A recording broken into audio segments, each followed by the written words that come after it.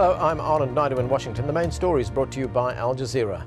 Iran's capital, Tehran, is in virtual lockdown as police patrol the streets. There have been reports of gunfire north of the city.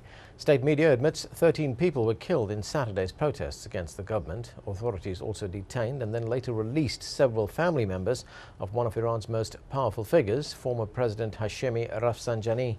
The government has banned foreign media from reporting on any protests. Al Jazeera spoke with a supporter of Iran's opposition who was injured in Saturday's clashes. He says protesters were overwhelmed and frightened by police and the Basij militia. Yesterday, unlike other demonstrations, they really started to crack down on all the protesters, the women, children, older men, everybody. Basically, there was a war. After yesterday, I think a lot of people much more scared than they were before.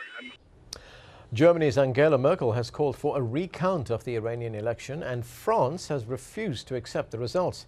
Tehran, meantime, has accused them of foreign meddling. It also says the British government was trying to sabotage the election. Iran's state television has broadcast interviews with people claiming they were given orders to disrupt protests from Britain. The Taliban has attacked the main U.S. airbase in Afghanistan. At least 2 American soldiers were killed. 6 other people were wounded.